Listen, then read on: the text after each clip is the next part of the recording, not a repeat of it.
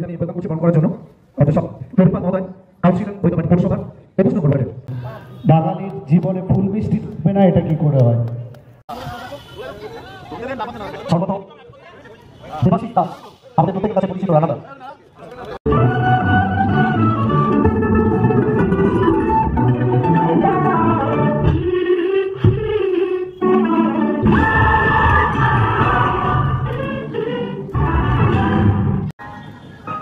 पूछे मेरा नाम और पता रसों को रख के परे 4 कदम बस 4 कदम चल दो ना साथ मेरे बिन कुछ सुन हाथों में हाथ लिए 4 कदम बस 4 कदम चल दो ना साथ मेरे बिन कुछ सुन हाथों में हाथ लिए 4 कदम बस 4 कदम चल दो ना साथ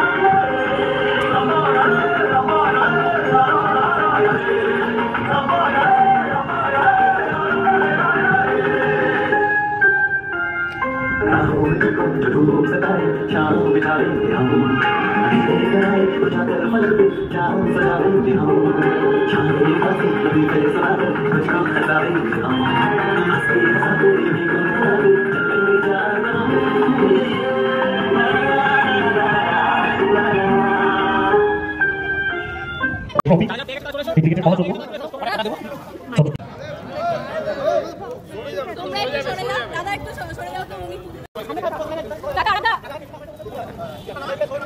লাগলে বলে বলবো। একটা পরিবেশ তৈরি করে দিয়েছে।